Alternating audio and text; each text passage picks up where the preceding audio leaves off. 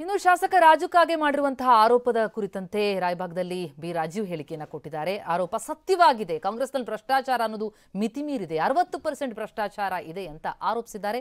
ಏನು ಹೇಳಿದ್ರು ರಾಜೀವ್ ಕೇಳೋಣ ಬನ್ನಿ. ಸನ್ಮಾನ್ಯ ಸಿದ್ದರಾಮಯ್ಯನವರು ಮೊನ್ನೆ ಮಂಡಿಸಿರುವಂತಹ ಬಜೆಟ್ನ ಗಾತ್ರ 4,18,000 ಕೋಟಿ. ಬಾಯಿ ಬಿಟ್ರೆ ಗ್ಯಾರಂಟಿಗೆ ದುಡ್ಡು ಹೋಯ್ತು ಅಂತ ಹೇಳ್ತಾರೆ. ಗ್ಯಾರಂಟಿಗೆ ದುಡ್ಡು ಬರೀ 52,000 ಕೋಟಿ. ಇನ್ನು ಉಳಿದಂತ 3,70,000 ಕೋಟಿ ಎಲ್ಲಿ ಹೋಯ್ತು? ರಾಜು ಕಾಗೆ ಅವರಿಗೆ ನಿಮಗೆ ಯಾಕೆ ದುಡ್ಡು ಕೊಡಕ್ಕಾಗ್ತಾ ಇಲ್ಲ?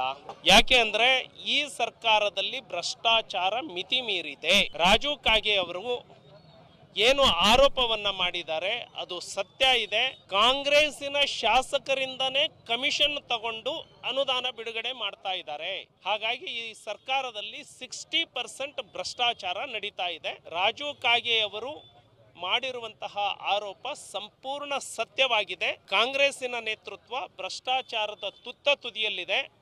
ಪ್ರತಿ ಸಾರಿ ರಾಹುಲ್ ಗಾಂಧಿ ಅವರು ಬೆಂಗಳೂರಿಗೆ ಬಂದಾಗ, ಕಾಂಗ್ರೆಸ್ನವರು ದೆಹಲಿಗೆ ಹೋದಾಗ ಕರ್ನಾಟಕದ ದುಡ್ಡನ್ನು ತೆಗೆದುಕೊಂಡು ಅವ್ರಿಗೆ ಕೊಡ್ತಾ ಇದ್ದಾರೆ. ಈ ಕರ್ನಾಟಕದ ಕಾಂಗ್ರೆಸ್ ಸರ್ಕಾರ ಕಾಂಗ್ರೆಸ್ಸಿನ ATM ಆಗಿದೆ ಅಂತ